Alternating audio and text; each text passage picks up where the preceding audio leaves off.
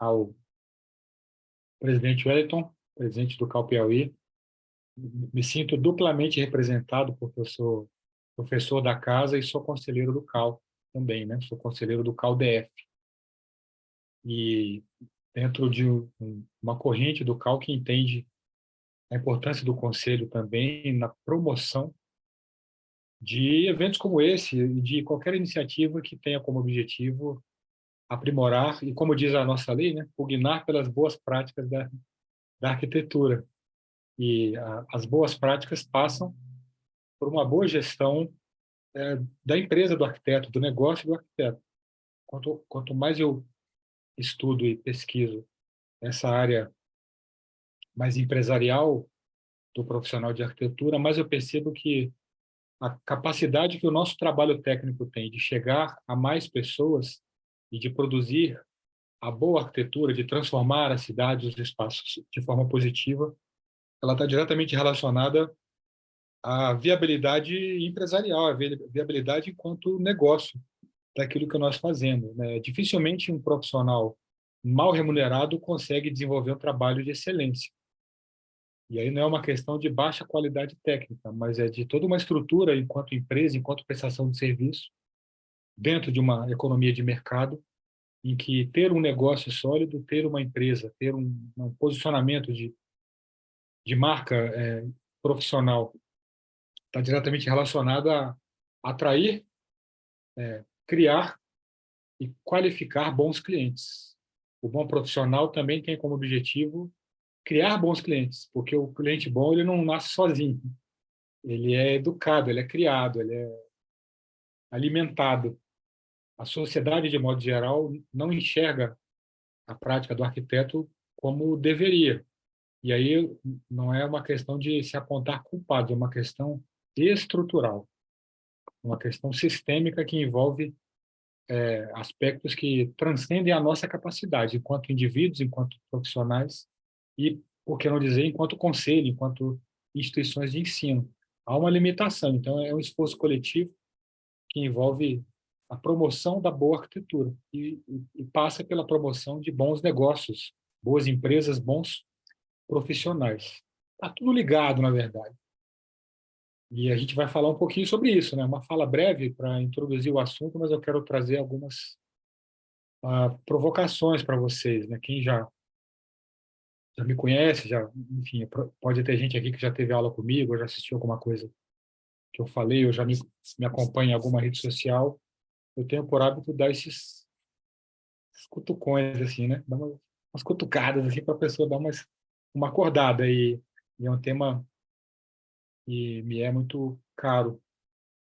Eu me formei aqui em Brasília, há 23 anos, e por contingências do destino e por necessidade, eu abri o meu escritório logo depois de ter me formado, porque foi uma completa estupidez, mas eu fui descobrir depois, né? Nós abrimos o escritório, uma sociedade de 4 arquitetos totalmente perdidos, inexperientes, sem saber para onde ir, e dos 4, nem todos tinham a experiência de ter trabalhado em outros escritórios, de ter estagiado, né, que é o meu caso, né? Eu fiz muito estágio em obra, mas em escritório de projeto muito pouco. Então eu não tinha nenhuma base enquanto estudante para montar uma empresa, montar um escritório. E eu literalmente aprendi fazendo proposta, contrato, como atender cliente, como fazer escopo, como começar a projetar. Ninguém ensina isso para a gente, né? Na faculdade é diferente, porque é um ambiente controlado ali. Você tem um cliente, que é o seu professor, nas disciplinas de projeto. E ele não muda tanto de ideia quanto um cliente no mundo real, né? Um cliente real. Não que o professor não mude de ideia, eu já fui professor de graduação também. A gente faz por diversão, viu, gente? A gente faz para fazer você sofrer às vezes. Não, vamos mudar de ideia para ele mudar o projeto todo dele, para a gente se divertir um pouco. Não, claro que não é isso. Mas nada supera a capacidade do cliente de mercado mudar de opinião. E a gente às vezes não está preparado para isso. E aí é um eterno conflito entre o técnico, que quer fazer o melhor para o cliente, para a sociedade, produzir a melhor arquitetura possível, e o empresário, que tem como função gerenciar um negócio que visa lucro. E é um conflito existencial que segue o profissional de arquitetura por toda a vida.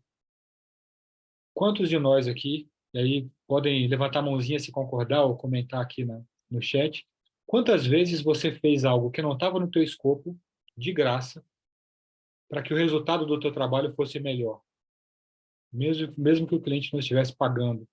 Quantas alterações de projeto você fez a mais do que estava no contrato?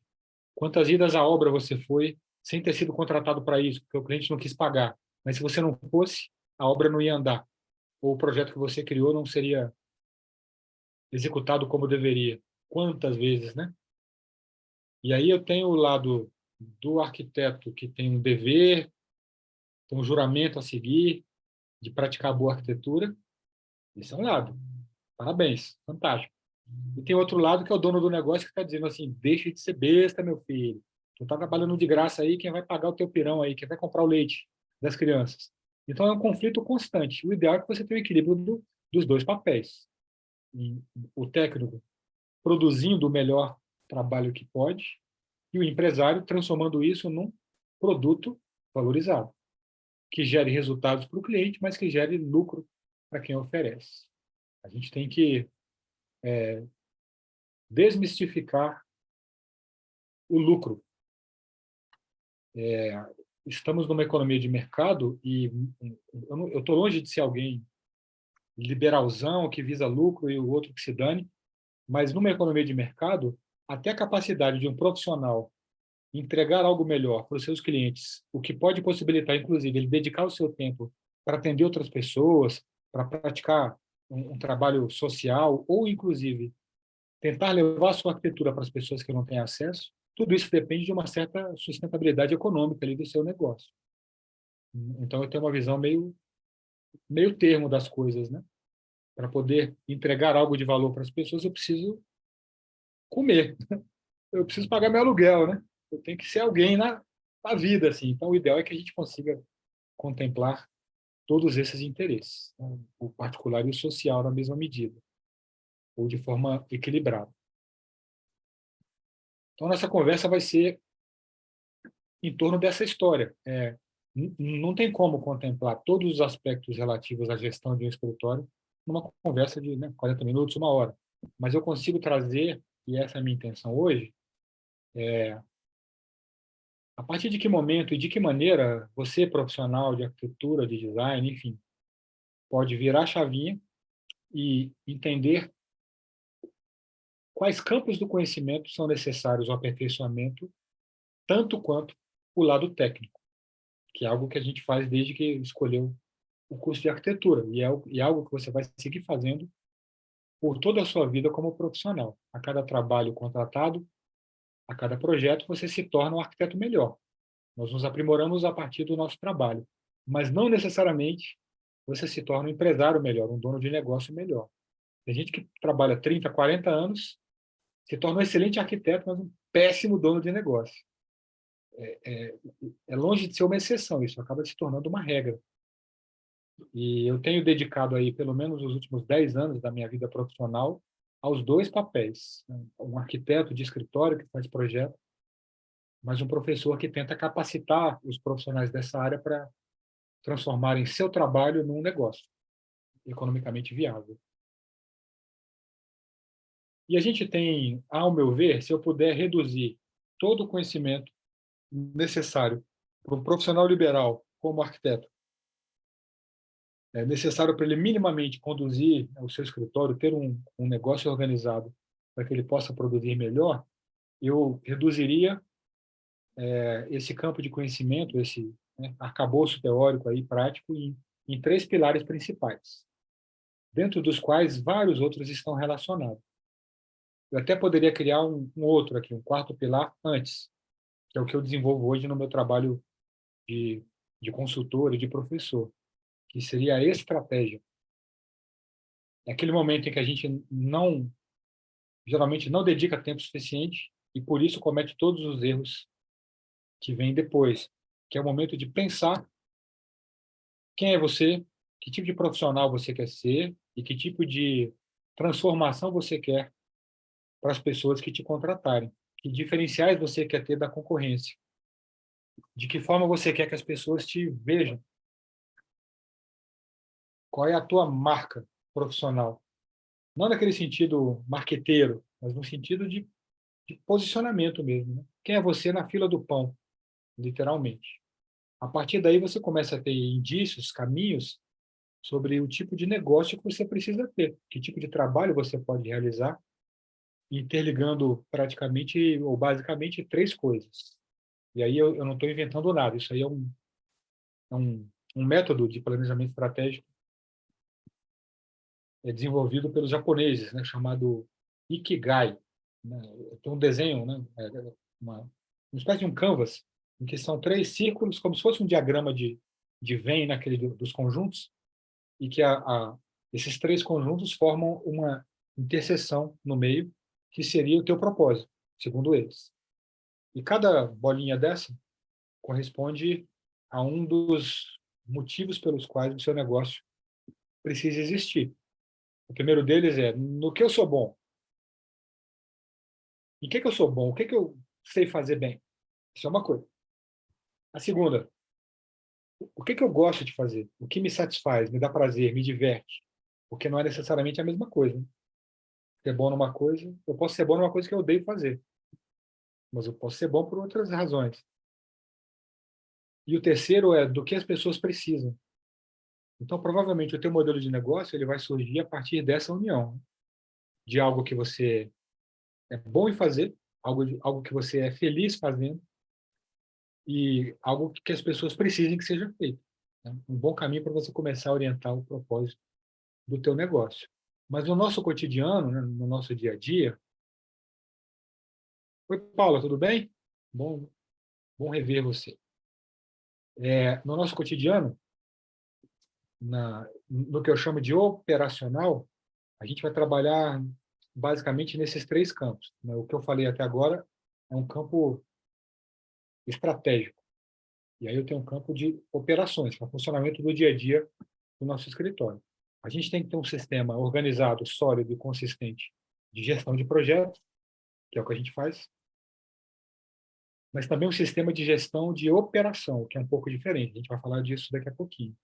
Eu preciso ter uma estrutura organizada de planejamento e gestão financeira, o que também inclui um bom sistema de preço, de precificação, que está diretamente ligado ao terceiro pilar, que é o marketing, que é o campo em que eu mais atuo e que eu mais pesquiso hoje. Né? Eu sou professor do IPOG em algumas disciplinas de projeto, nos cursos mais técnicos. Na pós em design de interiores, eu leciono gestão de escritórios, mas eu também leciono em algumas pós-graduações na área de neurociências, de marketing, que é uma área que eu gosto bastante. E o marketing não é Instagram, marketing não é ficar dançando no TikTok. Instagram, rede social, mídia social, é canal. É canal de publicidade. É tornar público uma mensagem. O marketing pressupõe uma estratégia que define a mensagem, o receptor, o conteúdo e os canais. Então, uma estratégia de marketing não é só definir o que eu vou postar nos stories, mas é com quem eu quero falar, o que eu quero oferecer, que valor eu quero gerar para as pessoas, que imagem eu quero transparecer para atrair aquelas pessoas que se identificam com a minha proposta de valor. E de que maneira eu vou fazer essa mensagem chegar na pessoa certa. De uma maneira bem resumida, isso é do que trata o marketing. Então, você definindo estratégias e buscando conhecimento nessas três áreas, você diminui muito o risco de fracasso aí enquanto dono de um negócio, enquanto dono de um escritório de arquitetura. E por que a gente tem tanta dificuldade em gerenciar nossos negócios? Por que arquiteto é tão bom em planejar e colocar em prática um edifício, mas na hora de planejar e botar em prática o seu próprio escritório, ele tem dificuldade? Será que as habilidades são tão diferentes assim? Por que será que é tão difícil para nós e não é tão difícil para outras áreas, para outras profissões? Há algumas teorias, uma das quais é a que eu vou mostrar que é a que eu mais me identifico. Esse simpático senhor aí, o Michael Gerber, escreveu um livro nos anos 80, que eu recomendo porque é um livro fácil de ler, pequeno até, e que traz algumas provocações muito interessantes sobre empreendedorismo, sem ter aquela linguagem meio coach, sabe aquela linguagem. O pessoal adora compartilhar, mas na prática não serve para muita coisa. Assim, não que o coaching seja isso, mas o que se usa, né, a partir dessa profissão. Você é do tamanho dos seus sonhos, trabalha enquanto eles dormem, não tem isso? Trabalha enquanto eles dormem e tem um AVC antes dos 50. Aí tem aquela galera que diz, não, você tem que acordar às 5 da manhã, tem que tomar um banho gelado, e tem que abrir a janela, agradecer o dia, o sol, bom dia. Se eu tomar um banho às 5 da manhã gelado, eu me torno, provavelmente, eu perco meu réu primário, muito provavelmente. Então, essas receitinhas prontas não são necessariamente garantia de sucesso. Eu gosto muito, quando eu vou pesquisar essas coisas, eu gosto de ir atrás das fontes mais sólidas, assim. Isso é uma sugestão que eu dou para vocês enquanto professora. Quer aprender um tema? Vá na base, em vez de ficar estudando quem fala de quem falou. Então, em vez de estudar o que eu escrevo sobre o livro O Mito do Empreendedor, leia o Mito do Empreendedor. Muito melhor, vai na fonte. Porque aí você vai ter condições, inclusive, de criticar, questionar e debater o que eu acho dele. Porque senão você vai dizer, não, porque o professor Ricardo falou que o livro O Mito do Empreendedor é bom por isso, por isso. Então, ele é bom. Não, eu acho que é bom. Mas você só vai saber se é bom se você ler. Então, é o que a gente chama na academia de fonte primária e fonte secundária. Então, sempre que você puder, procure fontes primárias aí para buscar conhecimento. E fujam desses a arte de não sei o quê, o guia definitivo de não sei lá, sabe? Porque é tudo muito raso, muito pulverizadozinho, muito superficial, e você vai gastar um tempo danado lendo aí que você podia estar assistindo série e não vai servir para nada. É melhor ler livro bom, consistente, com conteúdo que vai transformar você de alguma maneira. Eu estou generalizando, tá? Mas eu sou assim mesmo. Quem for meu aluno vai perceber. Isso é porque eu nem comentei daqueles livros, Romulo, que eles colocam aquele palavrãozinho com F na capa, que é para vender. Já viu? Seja, né? Seja não sei o quê. Aí tem o seja tal, tal, tal, duas vezes. Não é louco isso, cara? Tem uma palestra do professor Clóvis Barros Filho, que eu acho um cara bacana pra caramba, professor de filosofia, né? Ele diz que a gente tem o péssimo hábito de buscar o conhecimento fácil, mas como ele é muito raso, ele é fácil, mas é inútil. E ele dá um exemplo sem entrar no mérito do livro, tá? Porque eu não li. É aquele famoso não li, não gostei, tá? Tem um livro chamado Os Sete Hábitos das Pessoas Altamente Eficazes. Virou uma febre durante há uns 10 anos atrás. Todo mundo tinha que ler. E aí, alguns anos depois, ele lançou o oitavo hábito. Aí a pessoa pensa assim, pô, mas se com o 7 eu não conseguir ser eficaz, o que adianta ter 8? Né? Isso o professor Clóvis comenta. Então, só para dar uma introdução da importância de você buscar bons autores. Não que esse não seja, eu não li, mas só pela estrutura é algo que não bate muito com a maneira que eu levo as coisas. Pode ser muito bom, pode ter sido útil para várias pessoas, mas enfim, é só uma crítica bem genérica para a gente descontrair um pouquinho. O que o Gerber fala? Ele diz que quem resolve empreender erra já no começo porque ele faz uma suposição que é fatal para o negócio. E a gente é assim também, principalmente quem é arquiteto, engenheiro, designer. Vocês percebem em algum momento, quando você se forma, uma cobrança absurda sua e do mundo por empreender? Se você não for empreendedor, você não é nada, você é um merda. Assim. Não tem essa sensação, às vezes? Nossa, mas eu nem abri meu escritório, eu estou trabalhando aqui num escritório de outra pessoa, mas eu não tenho o meu negócio. Mesmo eu ganhando 20 mil por mês, eu queria ter o meu escritório. Não, filho, fica aí nos 20 mil. Tá tudo certo aí, viu? E que eu deixa, fica tranquilão. A gente tem um hábito, e o arquiteto é muito assim, de achar que se você não tiver um negócio próprio, você não tem sucesso. Não é bem assim. Ah, mas a aula não é sobre gestão de escritórios? Então, mas o que eu estou dizendo? É, isso não pode servir de motivo para você querer ter um escritório. Por ter. Tem que fazer sentido. Eu queria ter esse pensamento há 20 anos, eu teria sofrido muito menos. A gente precisa pisar muito no cocô de cavalo assim para aprender, né? A não fazer tanta besteira. Mas se você ousar e decidir empreender, eu preciso me preparar para isso. E o nosso conhecimento técnico, que é enorme, não é suficiente. Essa é a suposição fatal que o Gerber trata no livro. Ele diz o seguinte: quem entende do trabalho técnico de uma empresa, entende da empresa que faz o trabalho técnico. Essa é a suposição fatal. Imagina o seguinte: digamos que a Rayana, que eu estou olhando aqui a imagem dela, ela é cabeleireira, uma excelente cabeleireira, fantástica. Fez vários cursos, Senac e tal, trabalhou em vários salões famosos, é uma excelente cabeleireira. Um dia a Rayana acorda e pensa assim: porra, se eu sou uma ótima cabeleireira, por que eu vou ficar dando dinheiro para os outros? Vou abrir meu salão. Muita gente faz isso, né? Vou abrir meu salão. E aí, de repente, não dá tão certo. E não é porque ela é uma má profissional, é porque ela é uma má gestora. Não tem nada a ver com cortar cabelo, tem a ver com ter um salão. Não sei se alguém aqui já teve salão, mas isso serve para boteco, serve para loja de roupa, serve para escritório de arquitetura. O problema do profissional do profissional de arquitetura é que nós entendemos do trabalho técnico, mas não necessariamente entendemos da empresa que faz esse trabalho técnico. E como ele ilustra isso? Segundo o Michael Gerber, quem começa um negócio sempre leva em si três pessoas, três personas, como se fosse uma personalidade múltipla aí. Todos nós aqui temos essas três, uma mais envolvida que a outra. E o problema é que as três querem mandar e nenhuma quer obedecer. Aí começa o conflito. A primeira personalidade é a do empreendedor,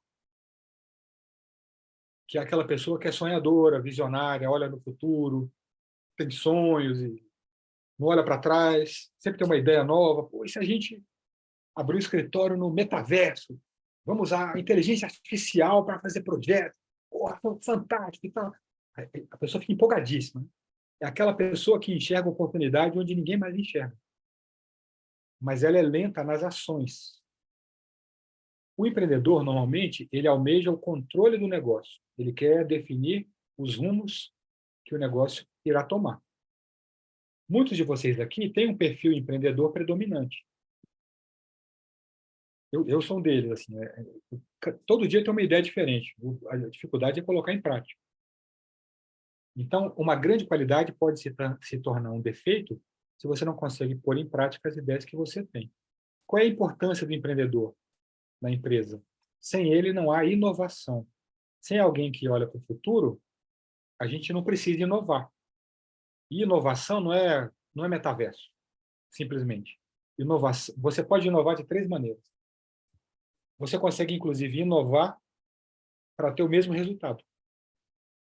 Então, inovação, basicamente, a gente pode inovar nos processos, ou seja, formas inovadoras de se fazer a mesma coisa. Eu posso inovar no produto, criar um produto diferente, novo, que ninguém pensou antes. E eu posso inovar no negócio, um modelo de negócio inovador, mesmo sendo um modelo em que eu faço as coisas mais ou menos como todo mundo faz e gero um produto que todo mundo gera, mas de um jeito novo, que talvez gere mais lucro, mais resultado mais rápido, enfim. Então, a inovação pode acontecer de várias maneiras. A segunda persona é o administrador, ou o gerente. Essa pessoa, aí vocês vão vendo se vocês se identificam com um dos três aí. Hein? Ele é pragmático, centrado, racional, lógico. Ele olha muito para o passado, muito no sentido de aprender com os próprios erros. Não é um saudosista, mas é alguém que valoriza a sua experiência. Ele é muito bom para enxergar problema onde ninguém enxerga. Ele vê antes dos outros, assim, cara, isso aqui vai dar ruim, vai dar problema. Vocês percebem como essa pessoa é importante num negócio? É o freio, né? É alguém que fala aí, ó, cuidado, hein? Vai dar ruim. O administrador, ele almeja ordem, organização, que também é muito importante. Porque sem o administrador, você não tem um negócio. Nenhum boteco sobrevive sem alguém para administrar ele, para gerenciar ele. Por mais que você tenha a cerveja gelada e aquele petisco maravilhoso. A terceira persona é o técnico, que é o que a gente faz. É o nosso trabalho raiz. é a nossa formação enquanto arquitetos. O técnico, ele é executor, ele é produtivo. O técnico vive no agora. Ao técnico não interessam as ideias, mas interessam como as ideias serão executadas. Sem o técnico, eu não consigo ter um produto. Para o técnico, pensar não é trabalhar. Trabalhar é agir, fazer, produzir. Vocês conseguem perceber como os três são importantes? Não dá para ter uma empresa sem um dos três? E sempre que um dos três prevalece, a gente tem alguns problemas? Então, uma boa gestão uma boa capacitação de gestão é aquela que permite com que essas três pessoas que estão em você se qualifiquem de maneira equilibrada. Ou então, que você perceba que, por ter uma personalidade ou uma formação predominante de uma das três, você precisa de alguém que tenha uma delas que você não tem. É aí que entra a sociedade. Eu vi uma coisa de um professor meu, há mais de 20 anos, no primeiro curso de gestão que eu fiz, professor Enio Padilha, que é um grande amigo. Ele diz que o melhor sócio de um arquiteto ou de um engenheiro é um administrador de empresas. Não é outro arquiteto ou outro engenheiro. Porque eu não quero desfazer a sociedade aqui não, tá, pessoal? Mas aqui, eu vou dar real aqui para vocês. Não faz sentido você ter um sócio que faz a mesma coisa que você. É melhor você ter a empresa sozinho e contratar alguém. Você vai ganhar mais dinheiro. Ah, mas é meu amigo. Amiga para tomar cerveja, não é para ter empresa. Amiga para, beber cachaça, tomar Heineken. Empresa é ter alguém que agregue valor ao teu negócio. E como que ele vai agregar valor? Sendo bom em algo em que você é ruim. E vice-versa. Então, o teu melhor sócio é aquele que complementa uma habilidade, um conhecimento, uma competência que você não tem. Amanhã vai ter um monte de sociedade desfeita, né? Não é isso que eu quero, não, pessoal. Vocês entenderam o que eu quero dizer aí. Captaram, né? O empreendedor sonha, o administrador se preocupa e o técnico faz. Por isso que as três pessoas são igualmente importantes.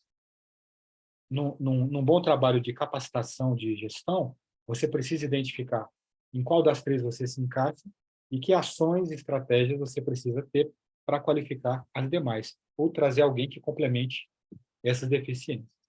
Falando especificamente de projeto, alguém tem ideia da causa dos maiores problemas em projeto? Quem quiser colocar aí no chat. Na opinião de vocês, qual é a maior causa de problema de projeto? Projeto como um todo. O que vocês acham? Compatibilização, falha de comunicação, planejamento, compatibilização, comunicação, exigir entrega, escopo mal definido, processos, planejamento de tempo, tudo perfeito. São causas. O PMI fez uma pesquisa em 2012 com vários gerentes de projetos, e não só projeto arquitetônico, projeto de modo geral. Porque o que é projeto? Eu vou falar daqui a pouquinho, mas já dou um spoiler. Não é só isso que a gente faz. Projeto é outra coisa. Eles perguntaram, na sua opinião, qual é a maior causa de problemas em projetos, ou onde acontecem os problemas mais frequentes em projetos. E a vencedora foi comunicação. Porque dos problemas de comunicação decorrem praticamente todos os outros. Se o cliente não se comunicou direito comigo, eu não entendi o que ele quer. Se ele nem sabe o que ele quer, ele não vai falar direito comigo. Se eu não passo direito, se eu não entendi o que ele quer, como é que eu vou orientar a equipe? Como é que a equipe vai conversar entre elas? Né? As pessoas da equipe vão conversar entre elas. Então, a comunicação, de fato, é o maior dos problemas. E dele decorrem os demais. Não cumprimento de prazo, indefinição de escopo, mudança de escopo frequente, tudo isso tem a ver com falha de ruído na comunicação, né? Pô, mas você não pediu isso, não? Eu pedi, eu tenho certeza que eu pedi, não, mas não está no contrato. Ah, mas você que não botou no contrato, então, porque eu pedi. Ou então o cliente diz, ah, mas você não executa a obra? Eu tinha entendido que você executava a obra. A gente que está no CAL, todo dia praticamente, a gente recebe processo de denúncia ética contra o arquiteto por descumprimento do contrato. E a maioria esmagadora dessas denúncias não são má-fé, não é má-fé. A maioria é problema de comunicação. É contrato ruim, contrato mal elaborado, ou comunicação truncada, em que você gera expectativas no cliente, ou ele gera expectativas para ele mesmo, que você nem se predispôs a cumprir. E aí, eventualmente, vai parar lá no CAL, para a gente dar continuidade aos processos de denúncia ética. Em alguns casos, e é para isso que o CAL existe também, há má-fé, e aí cabe ao CAL fiscalizar e punir esses maus profissionais. Mas a maioria não é de maus profissionais, é de profissionais mal orientados ou mal capacitados, infelizmente. Ah, e tem mais um aqui, né, último. Equipe insuficiente. Porque outro erro que a gente comete, o arquiteto ele é muito bom em achar que é melhor do que ele é, ou mais eficiente do que ele de fato é. E eu estou falando de mim também, sou arquiteto. É o famoso, não, é rapidinho, não, isso eu dou conta, tranquilo, amanhã está pronto, né? Quem nunca fez isso? E olha como a gente aprendeu errado alguns conceitos. Nós aprendemos que projeto é tanto o que eu faço quanto o que eu entrego, não é? Está aqui o projeto. Bom, aí você entrega um monte de prancha, entrega vários arquivos PDF e tal. Esse é o projeto. No sentido conceitual, isso não é o projeto, isso é o produto do seu trabalho. Então, na literatura de gestão de projetos, há essa separação entre projeto e produto. Então, projeto é o trabalho feito para a gente chegar no resultado. É a gestão da equipe, é a gestão de tarefas, é o planejamento das tarefas, é a execução dessas tarefas. Isso é projeto. E produto é o resultado desse trabalho, é o que você entrega. Eu passei, depois que eu estudei gestão de projetos, eu passei a mudar, inclusive, a nomenclatura daquilo que eu entrego para o cliente. Acho que em algum slide eu coloco aí. Eu não coloco mais, por exemplo, tem até um sentido comercial aí. A gente aprendeu lá, inclusive tem na NBR, né? Levantamento, programa de necessidades, estudo de viabilidade. Você concorda que essas três etapas são etapas que antecedem o projeto? Então, muita gente chama isso de pré-projeto, ou chama isso de serviços preliminares. Eu chamo isso de pré-projeto ou pré-design. Ou eu chamo de concepção do produto, que é o que eu uso hoje. Eu estou concebendo o meu produto, mas não estou desenvolvendo ele ainda. Eu estou coletando informações e definindo as diretrizes com o meu cliente. A etapa seguinte eu chamo de desenvolvimento do produto, que é a fase do projeto em que eu desenvolvo a ideia na forma de algo que se tornará um produto que virará uma construção, uma obra. Aí entra estudo preliminar, projeto executivo, etc. Então, dentro desse conceito, o que é escopo do produto? Porque a gente aprendeu escopo. Ah, o que é escopo? Aí você pega aquela planilha do Excel, bota lá, planta baixa, porte, fachada, escala, tá, né? Estudo preliminar, layout, planta de construção e demolição, vistas internas. Isso não é escopo do produto, isso é lista de entregas. O escopo do produto está relacionado a todas as características, funções e informações que descrevem um produto. No nosso caso, o produto, num projeto de uma casa, são todas as informações e características que essa casa vai ter. O que nós chamamos de projeto é o caminho que eu percorro para produzir isso, que o cliente vai pegar e vai transformar numa casa, numa construção. Então, o que é o escopo do produto de uma casa? São as informações necessárias para essa casa ser construída. Divisão interna, volumetria, especificação de materiais, compartimentação dos ambientes, lançamento preliminar de móveis, planejamento das estruturas das instalações. Isso é escopo do produto. Isso não muda. Mas como eu faço para fazer isso? Muda.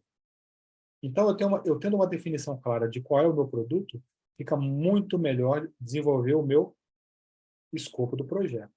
O escopo do produto está relacionado aos requisitos que o cliente te passou. Ele pode ser feito por você ou pelo próprio cliente, ou em conjunto. E ele começa a ser construído a partir do chamado briefing, né, ou do chamado programa de necessidades. Já o escopo do projeto está relacionado ao trabalho que tem que ser realizado para entregar um produto. Então, o escopo do projeto vai ser o planejamento do trabalho. Quem vai fazer o quê, em quanto tempo, com que recursos e segundo quais etapas. Isso é escopo do projeto. Então, aqui eu estou planejando os recursos humanos, os recursos tecnológicos e os recursos de tempo. Alguns autores chamam isso de projeto do projeto. Como eu planejo, é o meu plano para cumprir o escopo do produto. E aí eu organizo isso geralmente em fases. Eu ainda posso ter o escopo do cliente, que é aquilo que eu coloco no contrato ou na proposta. É menor que o escopo do projeto.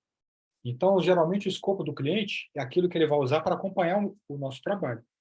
Normalmente, isso está relacionado com as características ou o resultado final do trabalho, que é o escopo do produto, e alguns itens principais que são importantes para o cliente acompanhar o que nós fazemos. Então, a gente coloca as entregas, o que o cliente vai receber em cada fase, os prazos de conclusão de cada fase e o cumprimento das premissas e requisitos que o cliente me passou. Isso é o que eu levo para o contrato, que ele precisa fiscalizar. Porque acontece em muitas situações em que o profissional faz uma listagem no contrato com todas as pranchas, desenhos, etapas, etc., etc., que não foi necessário fazer, o resultado foi cumprido, ótimo, mas o cliente questiona porque aquilo que você disse que ia entregar não foi entregue. E aí o Michael Gerber fala isso também, né? Você tem que fazer o que o cliente quer e precisa, não o que ele diz que quer. A gente tem que ser meio psicólogo, né? Não é só o que ele está dizendo que quer, é o que ele quer de verdade, ou o que ele precisa de verdade. Como é que a gente planeja isso? O projeto ele é organizado em fases. As fases podem ser sequenciais, ou seja, numa ordem no tempo, ou podem ser sobrepostas. Eu posso, no mesmo intervalo de tempo, estar desenvolvendo o anteprojeto e produzir o projeto para aprovação, ou projeto legal. Isso é fase de projeto. Outra coisa que a gente vai ter que gerenciar no nosso escritório é o processo, que é diferente da fase. Fase é uma etapa em que um resultado é produzido e que te aproxima do produto final. Processo é um conjunto de atividades para eu chegar num resultado. Então, o processo descreve o como fazer. A fase descreve o que fazer. Nas consultorias que eu presto para escritórios aí no país todo, nos cursos, a gente tem um trabalho que é bem legal, que é de mapeamento de processos.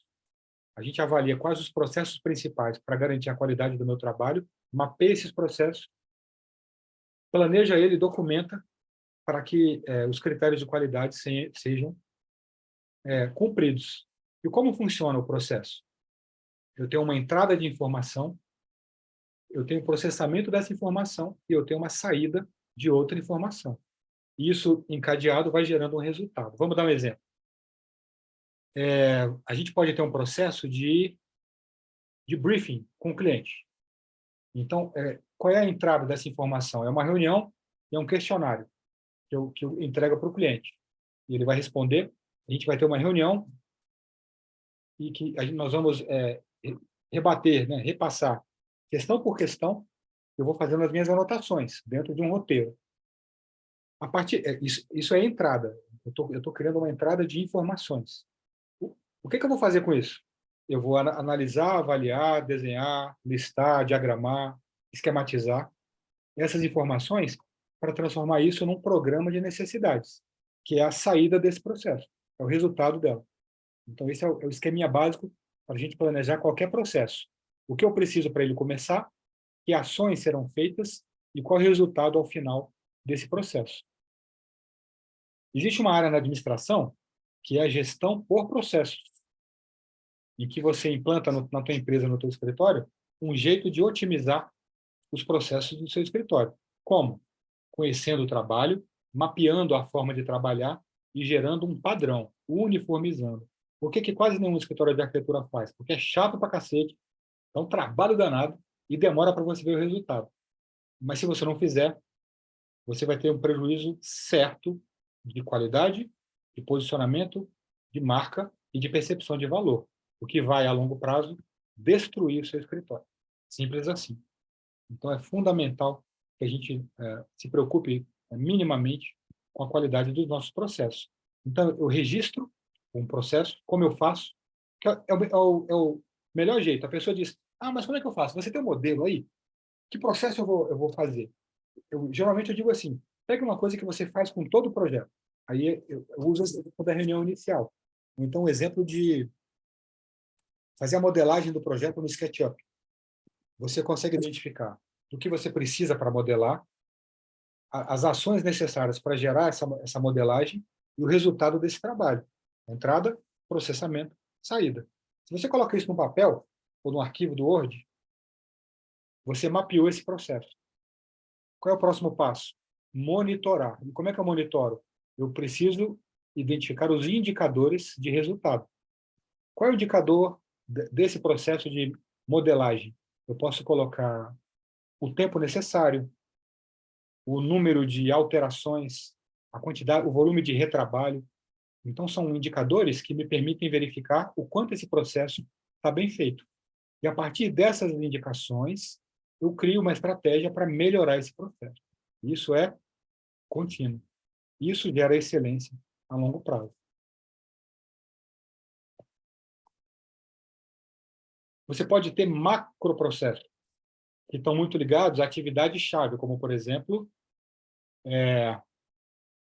o que me faz sair da ideia que o meu cliente me passou até a primeira solução. Isso é um macroprocesso. A elaboração do estudo preliminar é um macroprocesso. Você tem um processo, que é o conjunto de atividades que transformam essa informação em serviços ou em produtos. Então, dentro desse estudo preliminar, eu vou ter um processo de obtenção de informações do cliente ou de concepção da solução original. Esse é um processo. E você pode ter subprocessos, que é um conjunto de atividades que vão executar uma parte específica, como, por exemplo, modelar o projeto no SketchUp. Esse é um subprocesso. E você tem as atividades, que é desenhar no SketchUp, salvar o arquivo em PDF na pasta, fazer um checklist, lançar o checklist no Trello para a equipe ver. Essas são atividades. Um bom gerente de projetos precisa entender esses 4 níveis. Qual é o macroprocesso, quais processos estão relacionados a ele, que subprocessos se conectam aos processos e quais atividades envolvidas. E a atividade pode ser desmembrada ainda em tarefas. A tarefa ela está muito relacionada à atividade rotineira, que tem um prazo ou um esforço determinado, que não está relacionado diretamente a projeto. Por exemplo, você coloca ali na tua agenda que toda sexta-feira você precisa lançar a movimentação financeira no seu programa de gestão financeira. Isso é uma tarefa, porque ela é rotineira, prazo determinado, esforço determinado. E a gente tem esses processos organizados em grupos. Eu tenho processos de início de trabalho, processo de planejamento do projeto, processo de execução do projeto, de encerramento e de monitoramento e controle. Então, imagine lá o Vinícius. Ele define ali, bota na tabela ali o passo a passo lá do escritório dele para poder organizar as fases do projeto, antes de começar a projetar. Esse é um processo de planejamento, revisão das fases, definição dos prazos e do que vai ser entregue. É um processo de planejamento. Ele pode ter ali um processo que determina, bom, fechei o contrato, qual é o próximo passo? Assinar o contrato, arquivar o contrato, abrir a pasta do cliente no OneDrive, no Google Drive, reunir a equipe e repassar as necessidades do cliente para poder planejar o projeto. São processos de início. Esse que eu descrevi de modelagem 3D, de elaborar o estudo preliminar, são processos de execução. O que é um processo de encerramento? Acabou a etapa, terminei o estudo preliminar. Aí, o que eu tenho que fazer?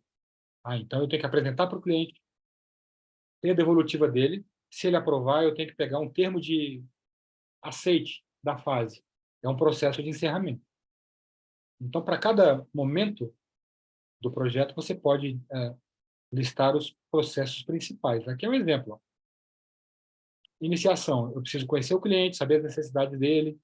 O planejamento, elaborar a proposta, eu sigo a mesma sequência. Desenvolvimento, executar o projeto. Encerramento, entregar o projeto e o projeto ser aceito. No método que a gente aprendeu, ele é assim, ó. Eu planejo, levo um tempo danado colocando as fases dos produtos, defino um prazo que nunca vai ser seguido, e aí eu tenho a ilusão de que eu tenho controle de todo o processo. É o método tradicional que a gente conhece como método em cascata. É aquela coisa no Excel que tem aquelas barrinhas, né? Do dia tal, estudo preliminar. Do dia tal, anteprojeto. Isso se chama trabalho à toa para inglês ver, geralmente. Porque fica lindo, fica muito bonito de você postar no Instagram, inclusive. Olha como eu sou organizado. Fiz um diagrama de Gantt, mas o mundo é muito mais complexo do que cabe num diagrama de Gantt. Isso acaba gerando muita documentação, muito trabalho de organização, mas pouco resultado prático. Isso tem a ver com a primeira era da gestão de projetos, em que a gente basicamente se preocupava com tempo, escopo e custo. Na segunda era, surgiu um outro item aí, que foi a qualidade, dos anos 90 para cá. E a gente está num momento, dos últimos 10 anos, em que o pensamento ágil começou a entrar na nossa área, inclusive, da arquitetura. Eu trabalho muito com treinamento de gestão ágil de projetos, em que você tem custo, escopo e qualidade, mas tem algo que integra todos esses 4 campos aí, que é a mudança. É entender que a mudança acontece, querendo você ou não. O cliente vai mudar de ideia, vai ter imprevisto, vai ter que entregar coisa urgente porque a obra está parada, e você tem que ter um sistema que contemple essa forma. Por isso que o que a gente defende hoje é um método híbrido de gestão, em que esse planejamento macro pode ser em cascata, mas o micro, o do cotidiano, tem que ter uma abordagem mais ágil. Isso tem a ver com o que na administração hoje se entende de pensamento enxuto, que é o que alimenta o que nós entendemos como pensamento ágil. E o que é que isso tem a ver? Para a gente ir para o nosso final aqui. É um pensamento de capacitação e de aprimoramento contínuo. Eu aprendo, construo e meço. Aprendo, construo e meço. Eu vou aprimorando o meu jeito de fazer. Então, eu tenho um produto definido, mas os processos são dinâmicos e precisam ser aprimorados, né? Então, o que o pensamento enxuto coloca, para a gente concluir? Os princípios básicos do pensamento enxuto. A gente tem que trabalhar para eliminar desperdício. Aqueles produtos que a gente gera, que não agregam valor à entrega final, a gente corta. Dói, eu sei. Você vai ficar, mas esse desenho, esse detalhe, foi revelador para mim quando eu descobri que aquele detalhamento do gesso pode ser substituído por uma ida à obra para orientar o gesseiro. E eu, às vezes, faço na parede. Assim. Gera o mesmo resultado com menos trabalho, menos tempo e menos gasto para mim. Então, a gente tem aquele hábito de ter aquele pacote completo de detalhamento que não é necessariamente, não vai necessariamente trazer o mesmo resultado. Em outras situações, sim, será necessário. Mas ter esse bom senso de ter uma flexibilidade para organizar aquilo que, de fato, deve ser feito. Se aperfeiçoe, aprenda sempre, crie conhecimento, busque melhorar continuamente, torne as decisões mais flexíveis, integrando a tua equipe e até o teu cliente nesse processo decisório, e seja flexível, né? Ter um plano geral é importante, mas seguir esse plano cegamente é estupidez, porque geralmente ele nos afasta do resultado. Busque entregar o quanto antes algum produto. Nossa, mas falar isso para o arquiteto, aí complicou, né, Rayana? Aí, né? Porra, como é que eu vou entregar antes? Complica. Como é que a gente faz? Entregue menos, mas entregue antes. Então, em vez de você ter um pacotão, estudo preliminar daqui a 30 dias, você pode quebrar isso em entregas menores. Vai entregando e vai validando. Vai entregando e vai validando. É um jeito diferente de gerenciar projeto, mas gera resultados fantásticos, porque você reduz retrabalho. Se você tem, ou quando você tiver uma equipe, dê autonomia a essa equipe, faça com que a equipe se sinta motivada a contribuir. Uma das maiores contribuições que eu recebi no meu processo de gestão de trabalho veio dos meus estagiários, porque é quem tem a sacada de algo que ali no processo está precisando melhorar. Tem uma lenda, que não é real, mas muito professor, coach usa, que é aquela história da fábrica de pasta de dente, né, que bota ali a embalagem, o tubinho na caixa e tem uma esteira, e aí eles têm que... A, a máquina automática ela erra e nem toda caixa tem tubo. Aí tem que ter um cara para pegar a caixa, ou então uma balança de precisão que vai pesar e ver qual a caixa que não tem o produto. Aí uma outra máquina descarta. Aí um cara que está lá na esteira falou assim: ô, doutor, e se a gente botar um ventilador aqui? Quem vai passando na esteira, o ventilador joga ali na esteira, o que tiver vazio, cai no cesto ali. Aí o cara, porra, velho, como é que tu não pensou isso? Tu ganha 20 mil e pensa numa máquina dessa. O cara ganha 2.500 ali, teve uma ideia de gênio. Não é uma história real, mas é uma lenda urbana que virou, né? É o famoso efeito Chicó, né? Não sei, só sei que foi assim. Mas vale a lição, né? Seja transparente, todo o processo tem que estar visível para a equipe, para gerar contribuições, e sempre enxergue o todo. Tem que ter um jeito de você enxergar o processo como um todo, que é a tarefa do grande gerente. O que eu uso na gestão de projetos é uma estrutura de trabalho chamada Scrum, que no curso a gente desenvolve, detalha, né, que é uma estrutura de trabalho que consegue implementar em escritório de arquitetura uma forma ágil para gerenciar projetos. Isso aqui é o que eu apresento para o cliente para vocês terem uma ideia do que eu estou falando. Aqui são as fases que eu organizo para apresentar para o cliente. E aqui embaixo, nesses textos, a gente tem o escopo do produto. Não tem detalhamento de desenho, de prancha, porque o cliente não quer nem saber disso, sinceramente. Você diz assim, não, vamos entregar 4 cortes, 2 fachadas. Ele, o que é corte? Para que serve isso? Vai ficar mais caro? Tira esse tal desse corte, então. O cliente não quer saber. Ele quer saber se vai ficar pronto o negócio. Então, para ele, o que interessa é para que serve cada etapa, o objetivo de cada etapa. E aí, depois, eu descrevo os produtos de cada fase e também as responsabilidades do cliente em cada etapa. Então, tem ali a descrição da fase, os produtos de cada fase e as responsabilidades do cliente para ele sempre entender que ele é parte do resultado. Então, para a gente transformar o seu trabalho num negócio, não basta ter talento e criatividade. Você precisa desenvolver habilidades gerenciais tanto quanto as habilidades técnicas. E esse é o nosso objetivo, é o nosso desafio, e para isso que a gente tem cursos excelentes, conteúdos excelentes no IPOG, para te ajudar nessa transformação.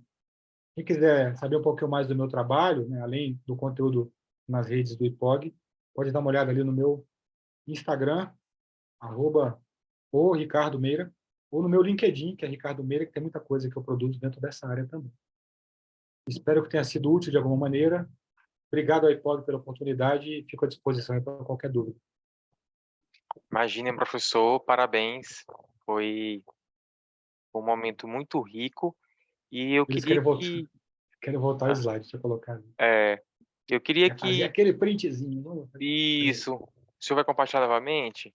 Vou. Pronto. Eu queria que os participantes se sentissem à vontade também para comentar, contribuir. Quem tiver muito tímido ou tímida e quiser pôr no bate-papo a sua dúvida, o seu comentário, quer elucidar alguma coisa, algo que o professor conseguiu instigar, esse é o momento. Vocês podem ficar à vontade. Alguém quer falar, pode sinalizar aí pelo chat.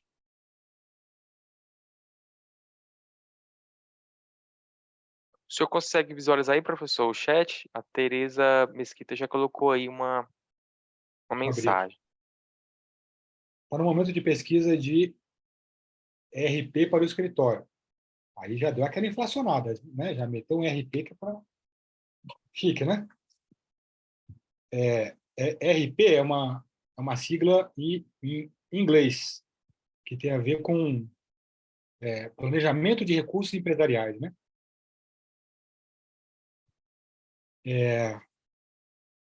Que é uma sugestão. Você sabe uma coisa que, inclusive, está virando uma oportunidade para mim? Você tem poucos ERPs para arquitetura específicos. Então, você tem várias soluções de ERP que você vai juntando para criar a sua. Integrada, eu ainda não achei uma que é completona, assim, perfeita.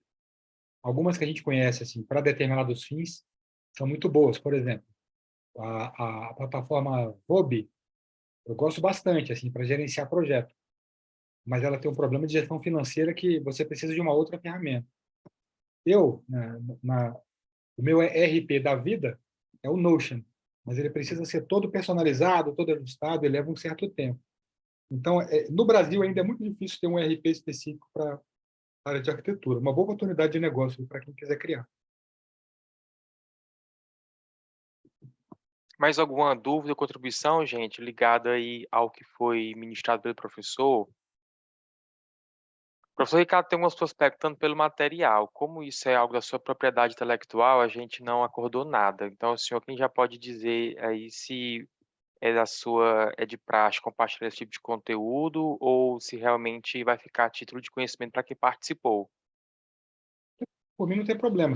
Citando a fonte quando for usar, para mim, sem, Tá. sem Eu problema. pego eu pego com o senhor e a gente disponibiliza para os participantes, então, amanhã. Isso. Um dos Aham. meus lemas é que o conhecimento só tem valor se for compartilhado, né?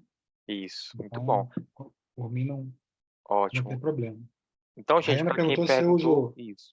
um software específico para fazer gestão. Hoje eu uso o Notion, porque eu consigo fazer a gestão da minha vida inteira. Porque o Notion eu tenho uma página, por exemplo, do escritório, eu tenho uma página das minhas consultorias, tenho uma página do